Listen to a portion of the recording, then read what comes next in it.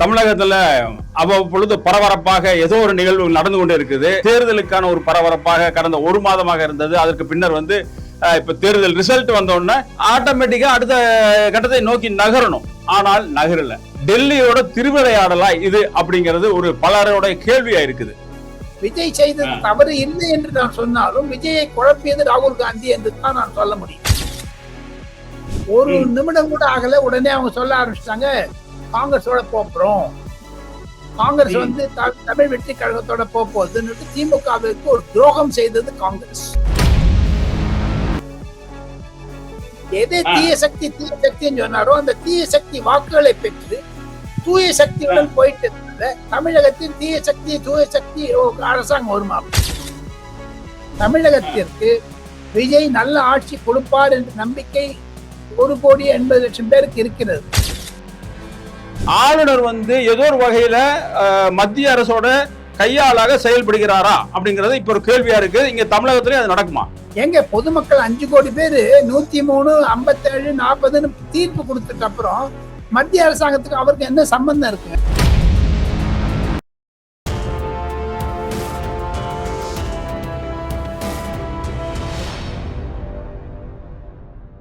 Youth Tamil ஊடகப்பு நேயர்களுக்கு வணக்கம்.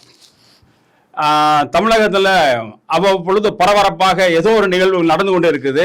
அதுல இன்றைய காலகட்டம் இப்ப தேர்தலுக்கான ஒரு பரபரப்பாக கடந்த ஒரு மாதமாக இருந்தது. அதற்கு பின்னர் இப்ப தேர்தல் ரிசல்ட் வந்தோடனே ஆட்டோமேட்டிக்கா அடுத்த கட்டத்தை நோக்கி நகரணும்.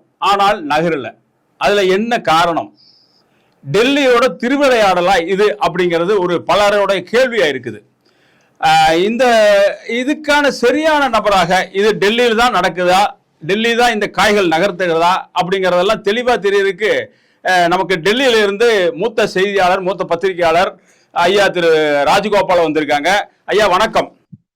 நமஸ்காரம். நமஸ்காரம் ஐயா. எதுக்கையா டெல்லியில இருந்துட்டு இந்த மாதிரிலாம் ஒரு தொடர்ச்சியாக ஒவ்வொரு மாநிலத்திலையும் ஏதோ ஒரு திருவிளையாடல் நடந்து கொண்டிருக்குன்னு சொல்லிட்டே இருக்காங்க. அது இங்க தமிழகத்துல இப்ப வந்திருக்கு.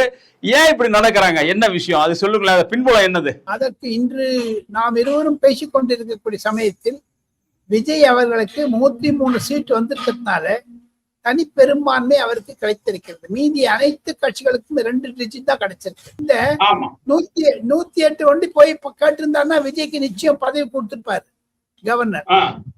இவர் ஒரு குழப்பத்தை உண்டு பண்ணாரு. காங்கிரஸ் ராகுல் காந்தி ஒரு குழப்பத்தை உண்டு பண்ணது காரணம் தாவேகா, விசிகா, அப்புறமா 2 கம்யூனிஸ்ட் கட்சிகள் MDMK எல்லாம் உடல் கொண்டுறேன்னு ராகுல் காந்தி ஏற்கனவே அவர்கிட்ட அக்ரிமெண்ட் போட்டுட்டார். அதனுடைய வீழ்ச்சி தான் வைகோவை ஜெயிக்கிற மீதெல்லாம் ஜெயிச்சுட்டாங்க. அவங்க ஜெயிச்சா கூட 8 பேருக்கு மேல வரல, 10 பேருக்கு. அதனால ராகுல் காந்தி அவர்கிட்ட பேசும்போது மத்த நாள் காத்தாலேயே அந்த தேர்தல் வெற்றி பெற்று ஒரு நிமிடம் கூட ஆகல, உடனே அவங்க சொல்ல ஆரம்பிச்சிட்டாங்க காங்கிரஸோட போறோம், காங்கிரஸ் தமிழ் வெற்றி கழகத்தோட போகுதுன்னு. திமுகவிற்கு ஒரு துரோகம் செய்தது காங்கிரஸ். அந்த துரோகம் செய்தது கூட கம்யூனிஸ்ட் கட்சிகளையும் தமிழ் விடுதலை சிறுத்தை கட்சிகளையும் சேர்த்து கொண்டு துரோகம் செய்தார்கள். எதே தீய சக்தின்னு சொன்னாரோ அந்த தீய சக்தி வாக்குகளை பெற்று தூய சக்தியுடன் போயிட்டு இருந்த தமிழகத்தின் தூய சக்தி அரசாங்கம் வருமா? விஜய் செய்தது தவறு இல்லை என்று நான் சொன்னாலும் விஜயை குழப்பியது ராகுல் காந்தி என்று தான் நான் சொல்ல முடியும். நீங்க டெல்லி கனெக்ஷன் வந்தது கேட்டீங்களா? அதுக்காக சொல்றேன். இந்த ராகுல் காந்தி சும்மா இருந்தான்னு வச்சுங்க, இத்தனை 4 நாளா இருக்கும் மந்திரி. ஏன்னா நீங்க சிங்கிள் லார்ஜஸ்ட் பார்ட்டியா கிளைம் பண்ண போனீங்கன்னா அப்புறம் நீங்க சட்டசபையில நீங்க உங்களுடைய பெரும்பான்மை காமிக்கலாம். நீங்க 108, 5, 113 உடனே கவர்னர் கேட்டார், நீ மீதிய 10 பேர் எங்கன்னு கேட்டு அந்த சிக்கல்ல மாட்டின்றார். அது கவர்னர் ஏற்கனவே ஸ்பீக்கர் ஆஃப் கோவா அசம்பிளியா இருந்திருக்காரு, 2 மாநில கவர்னர் இருந்திருக்காரு. இந்த ராஜேந்திர ஆதித்ய கோவாக்காரர் எனக்கு நல்ல பரிமுகமானவர். அவர் என்ன பண்ணிட்டாரு, கான்ஸ்டிடியூஷன் பிரகாரம் கேட்க ஆரம்பிச்சிட்டாரு கேள்வி. இந்த 10 பேர் கொடுக்கறதுக்கு விஜய் திணறினாரு. காரணம் திமுக முதல்ல போன் தள்ளினாங்க, அப்புறம் வாங்குறாங்க, திருப்பி போன்றாங்க, திருப்பி வாங்குறாங்க. இதே திமுக என்ன சொல்லி நீங்க அரசாங்கத்தை அமைச்சிருங்கன்னு சொல்றாங்க. ஆனா உதயநிதி சொல்றாரு ரெட் ஜெயண்ட் அவங்களுக்கு எல்லாம் ஒரு வேட்டு வைப்பாரு. யாரு? விஜய் பதவி ஏற்றாரு, அதனால பதவி ஏற்க கூடாதுன்னுட்டு அதிமுக திமுக சேர்ந்து விஜய்க்கு ஒரு போட்டி கொடுக்கணும்னு ஆரம்பிச்சாரு. அது என்னாச்சு? ஒண்ணாகல. இதெல்லாம் ஒரு குழப்பத்துக்கு வந்தது. முதல் காரணங்க முற்றும் கோணல் முதல் கோணல்ங்கிற மாதிரி ராகுல் காந்தி தான் என்று டெல்லியில் பரவலாக பேசுகிறார்கள். இல்ல, ராகுல் காந்தி ஆரம்பிச்சு வச்சத இது ஒரு சாதகமாக மத்திய அரசும் ஒன்றிய அரசும் எடுத்துக்கொண்டு அவர்கள் நம்மளோட ஆளுநருக்கு வழிகாட்டியாக இப்படி பண்ணுங்க அப்படி பண்ணுங்கன்னு அவங்க சொல்லிட்டு இருக்காங்களா? உண்மையா இருக்கும், அதுவும் உண்மையா இருக்கும். எங்க ஒன்னே ஒன்று, இதே மு.க. ஸ்டாலின் சொன்னாரு எடப்பாடி பழனிசாமி சீஃப் மினிஸ்டர் இருந்தபோது, அரசியல் கட்சிகள் எல்லாம் அரசியல் பண்ணாத அவியலா பண்ணுன்னு கேட்டாரு. இதே திராவிட கட்சிகள் இப்போது அரசியல் தானே பண்றாங்க, அவியல் பண்ணலையே. அதனால அப்பா சொல்றாரு சேர்ந்துக்கான்னு. பையன் எடப்பாடி பழனிசாமியும் திமுக ஒன்னா போலாம் அப்படின்னு ஒரு புதுசா கதை கட்டி விட்டாங்க. அது என்னாச்சு? ஒண்ணாகுது. காரணம் இல்லம்னா டிடிவி தினகரன் போய் தன்னுடைய எம்எல்ஏ கையெழுத்து போட்டது ஃப்ராடு ஃபேக்குன்னு சொல்ல மாட்டாரு. அவர் சொன்னதுக்கு கூட காரணம் என்னன்னு கேட்டால் இதை பிரிசிபிடேட் பண்றது, பெருசு பண்றது இல்லை. அப்படித்தான் நான் நினைக்கிறேன். எது இருப்பினும் போக போக பார்த்தா தமிழகத்திற்கு விஜய் நல்ல ஆட்சி கொடுப்பார் என்ற நம்பிக்கை 1,80,00,000 பேருக்கு இருக்கிறது. ஆனால் அவருக்கு எதிர்த்து வாக்கு போட்டவர்கள் 66% என்று திமுகவினர் பேசினாலும் அந்த 66% பிரிந்து விட்டது. தேர்தலுக்கு முன்பதாக நாம் பேசியிருக்கிறோம். அப்பவும் நான் சொன்னேன், தேர்தல் என்பது 1/3 ஆயிடுச்சுங்க தமிழ்நாட்டுல. மத்தியில் கூட்டாட்சி, மாநிலத்தில் சுயாட்சி என்று சொல்லக்கூடியவர்களாம் இன்னைக்கு மாநிலத்திலும் கூட்டாட்சி வந்தவுடன் அந்த ஸ்டேட் அட்டானமிங்கிறதெல்லாம் குறைஞ்சு விடும். இந்த திராவிட இயக்கம் தீர்ந்து விடும். திராவிட இயக்கத்திற்கும் இந்துத்துவாக்கும் தான் இனிமேல் ஒரு ஃபைட்டா இருக்கும் தமிழ்நாட்டுல தான் என்னுடைய கருத்துங்க. இந்த மைனாரிட்டி அரசாங்கம் வந்ததுனால விஜய் அவர்கள் எதிர்நோக்க வேண்டிய பிரச்சனைகள் பல பல பல. ஆமா ஆமா, கண்டிப்பா மைனாரிட்டின்னு வந்தா கொஞ்சம் சிக்கல்கள் உருவாகும். ஆனா இந்த சிக்கலை ஆளுநர் பெரிதுபடுத்தி பாக்குறாரா, பெரிதுபடுத்தி காமிக்கிறார் அப்படிங்கறத நம்மளுக்கு ஒரு இதா இருக்கு. ஏன்னா ஆளுநரோட வேலை பல இடங்கள்ல மத்திய அரசோட ஒரு கையாளாக ஒரு அவங்களோட ஆட்கள் மாதிரிதான் செயல்படுறாங்க. மத்திய அரசு என்ன சொல்லுதோ அதை செயல்படக்கூடிய ஒரு நபராக வருவார் இவர். நீங்க சொல்ற இவர் நம்ம இப்ப இருக்கக்கூடிய ஆளுநருங்கன்னு அவர் ஒரு RSS காரர் தானே. அதனால அவங்க முன்னாள் RSS காரர் இருந்து வந்தவர் தானே. ஸோ அவங்க அப்போ மத்திய அரசு இன்னைக்கு பிஜேபி ஆட்சி பண்றாங்க, அப்ப அவங்க சொல்றதான் கேட்டுட்டு இருப்பாங்க அப்படிங்கறதுதான். ஏன்னா அண்மை காலமாக நீங்க பாத்தீங்கன்னா பல மாநிலங்கள்ல பிஜேபி இந்த மாதிரி பல இடங்கள்ல குழப்பங்களை உண்டு பண்ணி அவர்கள் வெற்றி பெறதுக்கான ஒரு முயற்சிகள் தான் பலது பண்ணியிருக்காங்க. பழைய நீங்க பல ஆண்டுகளாக பாத்தீங்கன்னா 2005 பீகார்ல நடந்த பிரச்சனை, 2017 பிரச்சனை, இதெல்லாம் அதாவது 2018 மறுபடியும் கர்நாடகால பிரச்சனை.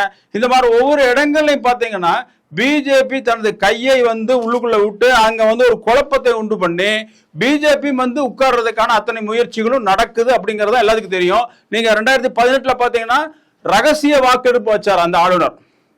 அங்க ஆளுநர் அது வச்சுட்டு அவர் யாரை கொண்டு உட்கார வைக்கிறாருன்னா எடையூரப்பா உட்கார வைக்கிறார். எடையூரப்பா யாருன்னு கேட்டா பிஜேபி ஆளு.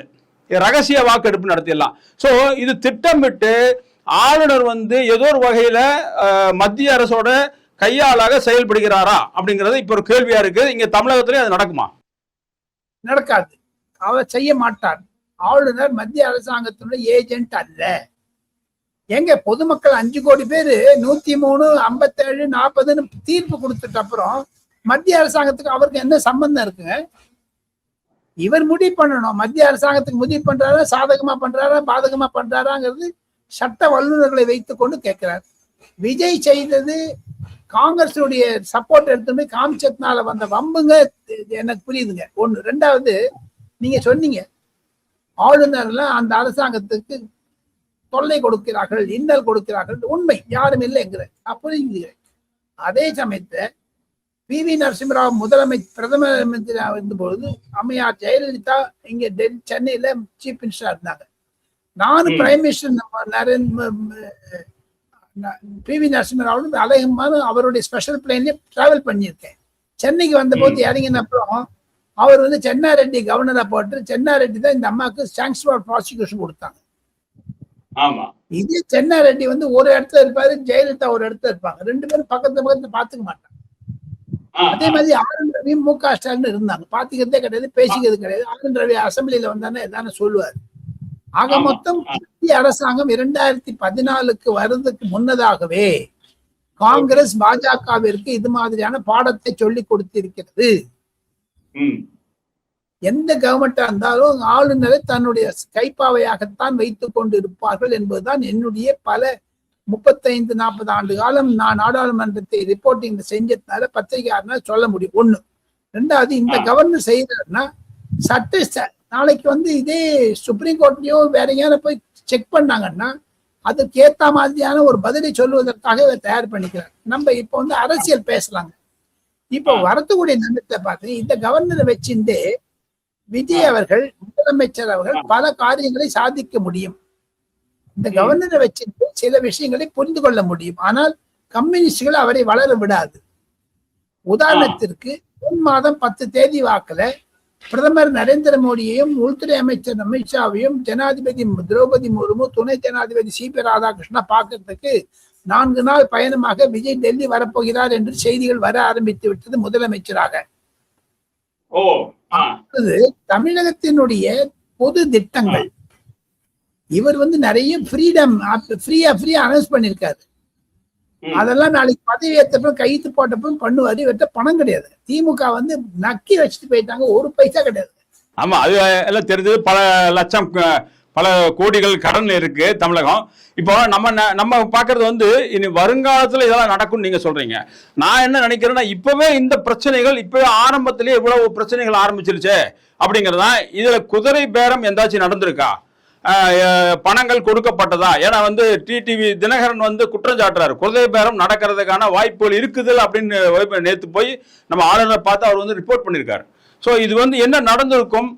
இப்போ வந்து இந்த விஷயத்திலே வந்து விஜய் வந்து அவருடைய ஒரு கொள்கை என்னன்னு கேட்டால், லஞ்சம் கொடுக்கக்கூடாது, வாங்கக்கூடாது, காசும் கொடுக்கக்கூடாது, இந்த மாதிரிலாம் இருக்குது, இலவசங்கள் கொடுக்கக்கூடாது அப்படின்னு.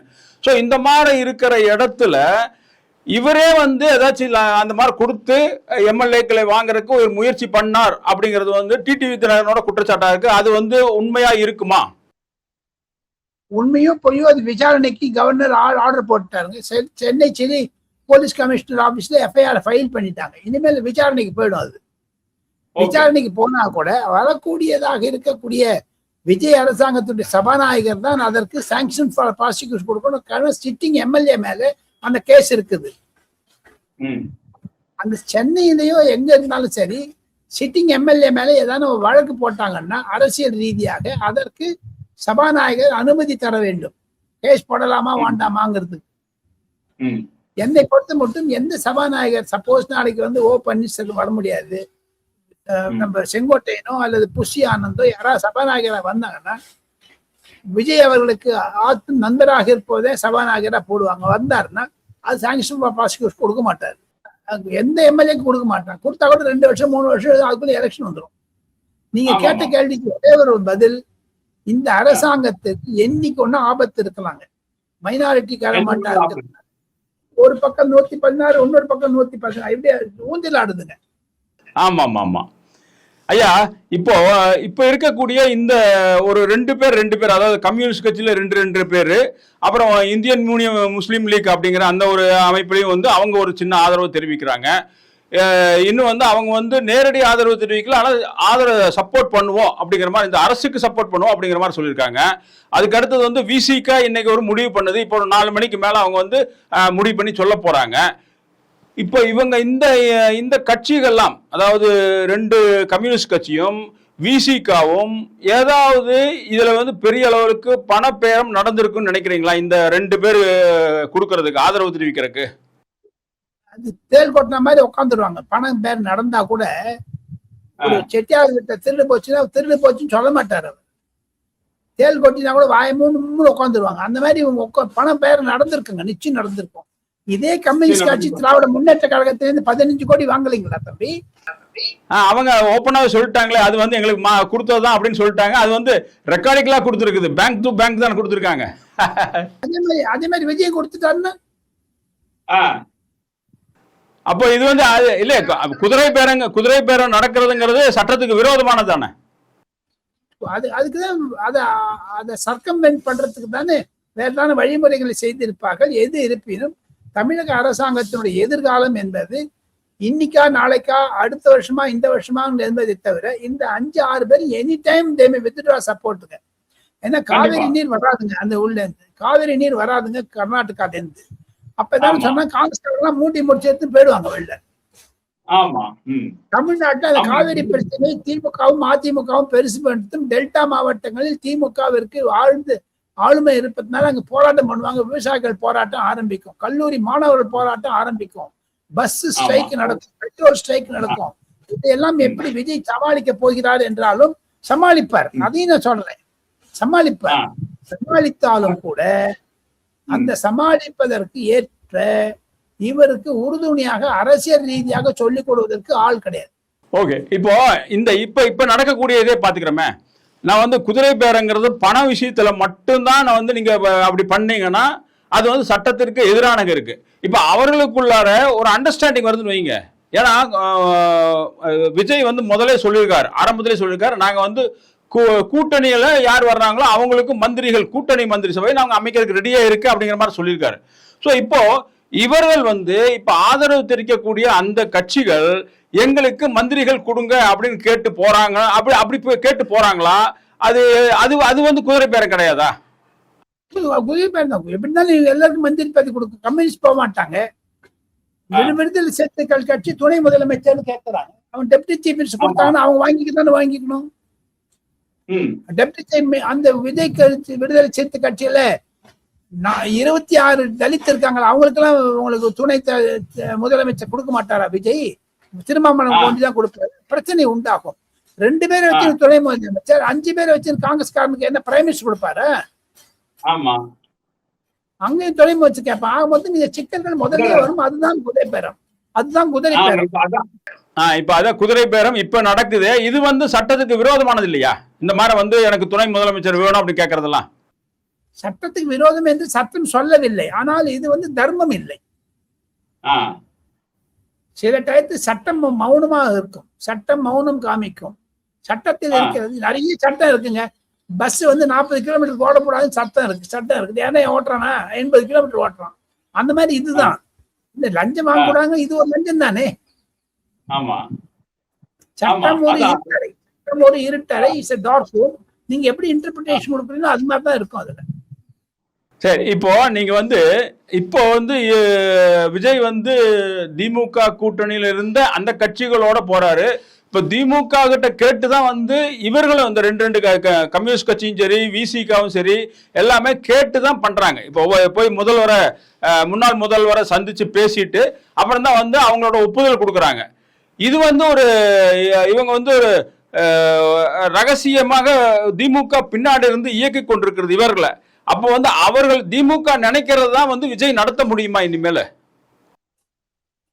விஜய் அவர்கள் திமுகவிற்கு நன்மை செய்வதற்காகத்தான் இந்த கம்யூனிஸ்ட் கட்சிகள் போகிறார்கள். நாளைக்கு திமுக மீது கேஸ் போடக்கூடாதுன்னு சொல்வதற்கு தான் பண்றாங்க. அவர்களுக்கு தலைவர்களாக திமுகவிற்கு தரகர்களாக இருப்பார்கள். திமுக வந்து ஸ்லீப்பர் செல்லாகத்தான் கம்யூனிஸ்டும் பிசிகாவும் இருக்கும். பாஜக தமிழ் வெற்றி கழகத்தில் எப்படி தமிழ் வெற்றி கழகத்துடைய தலைவர் நம்ம விஜயுடன் கரூர் சம்பவத்துக்கு பிறகு ராகுல் காந்தி பேசினாரோ, எப்படி ராகுல் காந்தி ஸ்டாலினிடம் பேசினாரோ அப்பவே அவருக்கு கள்ளக்காதல் தொடங்கி விட்டது. அப்பவே அவர் ஒரு கணவன் 2 மனைவி வைத்திருந்தார்கள், இப்பொழுது 2 மனைவி வைக்கிறார்கள். என்னை பொறுத்த மட்டும் இது ஒரு மாபெரும் சோசியல் ப்ராப்ளம். அரசாங்கத்திற்கு கம்யூனிஸ்ட் கட்சிகளும் சரி காங்கிரஸ் கட்சிகளும் செய்த தமிழகத்திற்கு செய்த துரோகம். ஒரு ஆண் 2 பெண்மணிகள் கல்யாணம் பண்ணிக்கிற மாதிரி இருக்கு. ஒரு பெண்ணான மணிக்கு இன்னொரு லிவ் இன் ரிலேஷன்ஷிப். எங்க நீங்க வந்து திமுக இருந்தீங்க, திமுக இருந்துட்டு அங்க போயிட்டீங்க, அங்க கல்யாணம் பண்ணிக்க இங்கேயும் கல்யாணம் பண்ணிக்க. அப்போ ஏதாவது ஒன்று டைவர்ஸ் பண்ணல. 2 பேரும் சொல்றாங்க கம்யூனிஸ்ட்காரங்க. ஏன்னா என்னை பொறுத்த மட்டும் தமிழ் நேயர்களுக்கு தங்களுடன் விவாதிக்கும் பொழுது விஜய் செய்வது நன்றாக இருந்தாலும் கம்யூனிஸ்ட் கட்சியிலும் காங்கிரசும் நேற்று மட்டும் திமுகவுடன் இருந்து இன்று திடீரென்று திமுகவை விலகிவிட்டு போய் மாற்றான் தோட்டத்து மண்ணிகள் மனம் உண்டு என்று அண்ணாதுரை சொன்ன மாதிரி இதாங்க மனம் பார்க்க போயிருக்காங்களாங்க அவங்க. இல்ல அவங்க வந்து தெளிவா ஐயா இருக்காது. கம்யூனிஸ்ட் கட்சியும் விசிகா எல்லாம் தெளிவா தானே இருக்காங்க. அவர்கள் என்ன சொல்றாங்கன்னா திமுகவோட இன்னும் கூட்டணி தொடர்ந்து தான் இருக்குது. பிஜேபி உள்ளுக்குள்ள வந்துடக்கூடாது, அல்லது பிஜேபி வேற ஏதாச்சும் வகையில வந்து இந்த அரசை வந்து கெடுத்துடக்கூடாது, மெஜாரிட்டி வாங்கினது கெடுக்கக்கூடாது, அதுக்காக நாங்க போய் இவருக்கு விஜய்க்கு ஆதரவு தெரிவிக்கணும் தான் சொல்லிட்டு வர்றாங்க. ஆனால் நீங்க சொல்ற மாதிரி எல்லாமே மினிமம் தான். அந்த மேஜிக் நம்பருங்கிற அந்த 118 118 அந்த இதுக்கு மட்டும்தான் வந்திருக்காங்க ஒழிய அதற்கு மேல ஒரு சிக்கல் ஏதாச்சும் ஏற்பட்டாலும் கூட அது பெரிய சிக்கலா முடியும் அப்படிங்கிறது தெரியுது. சரி, ஏன் இந்த இதுல இப்ப அதிமுக வந்து கிட்டத்தட்ட 47 உறுப்பினர்கள் இருக்காங்க, சட்டமன்றத்தில் தேர்ந்தெடுக்கப்பட்டிருக்காங்க. ஏன் அதிமுகவோட விஜய் வந்து போவே இல்லை? என்ன காரணம்? ஏதாச்சும் மத்திய அரசு பாஜக இருக்குது, அங்க பாஜக இருக்குது, பாஜக விட்டு வெளில வதன்னு சொன்னா கூட இருக்காது. எப்படி இருந்தாலும் திமுகவும் அதிமுகவும் வருகிற காலங்களில் கண்டிப்பாக 6 மாத காலத்திற்குள் விஜய்க்கு புல் மெஜாரிட்டி வந்துடும். காங்கிரஸை கைத்து விட்டுருவாரு. திமுக இருந்து வரக்கூடிய 10 எம்பிக்கள் எம்எல்ஏக்கள், அதிமுக 10 எம்எல்ஏக்களை எல்லாம் வைத்துக் கொண்டு சர்க்கார் 5 வருடம் நீடிக்கும் என்று தான் நான் நினைக்கிறேன். அதிமுகவும் திமுகவும் பிளவுபடுவதற்கான வாய்ப்புகள் பிரகாசமாக இருக்கிறது என்று சொல்லி தங்களிடமிருந்து விடைபெறுகிறேன். நன்றி, நமஸ்காரம் சார். ரொம்ப நன்றி ஐயா. வணக்கம் ஐயா. நிறைய கேள்விகளுக்கு தெளிவுபடுத்துறீங்க. நன்றி, வணக்கம்.